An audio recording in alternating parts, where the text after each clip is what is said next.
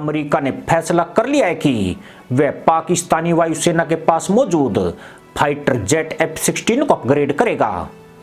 अमेरिकी राष्ट्रपति Joe Biden और उनका प्रशासन चाहता है कि पाकिस्तान की काउंटर टेररिज्म क्षमताओं में इजाफा हो सके। यह सिर्फ भारत को चिढ़ाने के लिए नहीं हो रहा है, बल्कि अमेरिका जिस मुंह से भारत को रणनीतिक भागीदार कहता है, उन रिश्तों पर भी नमक छिड़कने जैसा है। अमेरिका की यह हरकत भारत की रूस के प्रति हमदर्दी का जवाब है और वह जैसा का तैसा करके दिखाना चाहता है।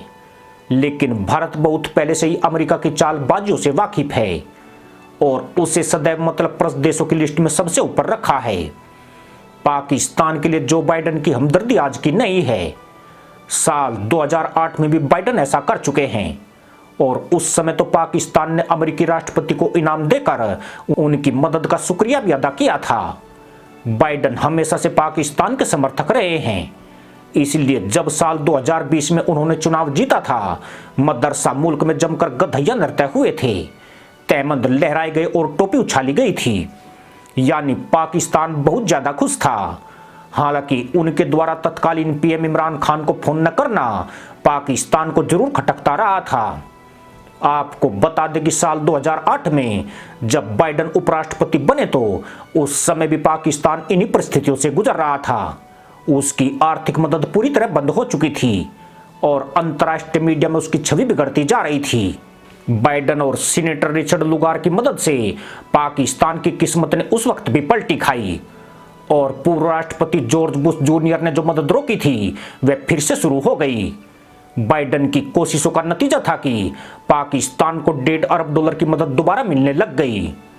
तत्कालीन पाक राष्ट्रपति आसिफ अली जरदारी ने लुगार और बाइडेन को उनकी मदद के लिए शुक्रिया कहा था। बाइडेन को मदद की एवज में पाकिस्तान ने उन्हें दूसरे सर्वोच्च नागरिक सम्मान हिलाले पाकिस्तान से सम्मानित किया था। सिर्फ इतना ही नहीं, बाइडेन हमेशा ही कश्मीर पर पाकिस्तान के रुख का समर्थन करते आए हैं। उनकी जूनियर और उपराष्ट्रपति कमला हैरिस, जिसे कहा जाता है कि वह भारत की औलाद है, उसके खून में भी दोगलापन मौजूद है और वह भी कश्मीर पर पाकिस्तान की नीति की समर्थक है। यानी जब अपना ही खून साफ नहीं है तो बाइडेन तो वैसे भी चालबाजियों के कीटाणु से तैयार हुआ है। जून 2020 में बाइडेन ने कहा था कि भारत सरकार को कश्मीर में हर जरूरी कदम उठाने चाहिए ताकि यहाँ के लोगों को अधिकार मिल सके।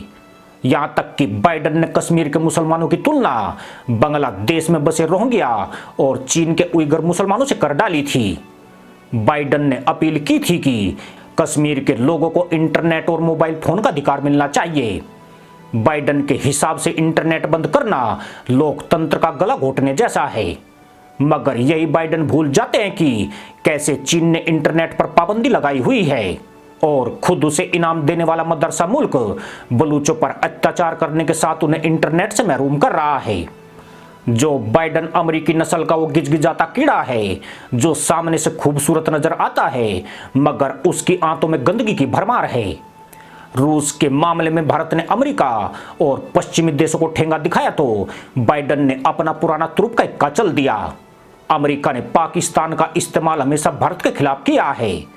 इसके अलावा अमेरिका के पाकिस्तान में कोई हित नहीं है, वरना जिस तरह अमेरिका पर हमला करने वाला ओसामा बिन लादेन पाकिस्तान में पाया गया था, उसे इस देश से कोई रिश्ता ही नहीं रखना था। लेकिन भारत को वैश्विक ताकत बनने से रोकने के लिए उसके लिए पाकिस्तान का होना बहुत जरूरी है। वहीं चीन को दबाने के लिए भारत को लॉलीपॉप चटाते रहना कहीं न कहीं अमेरिका के लिए अहम है। बाइडेन ने F-16 के अपग्रेड का ऐलान करके पाकिस्तान को एक और तोहफा दिया है। इन विमानों के अपग्रेड होने के बाद उनकी क्षमताओं में और इजाफा हो जाएगा, जो कि पिछले कुछ सालों से भारत के खिलाफ कोई महत्व नहीं रख रहे थे। यानी यह प्रक्रिया बूढ़े हो चुके F-16 के लिए मेकअप से कहीं ज्यादा है। इनके अपग्रेड होने के साथ ही पाकिस्तानी वायुसेना की ऑपरेशनल क्षमताएं भारतीय वायुसेना की तुलना में कहीं ज्यादा हो जाएगी। हालांकि अमेरिका दावा करता है कि पाकिस्तान को यह मदद फ्री में नहीं दी जा रही है, लेकिन मदद शुरू हो चुकी है, इसमें भी कोई दो राय नहीं है।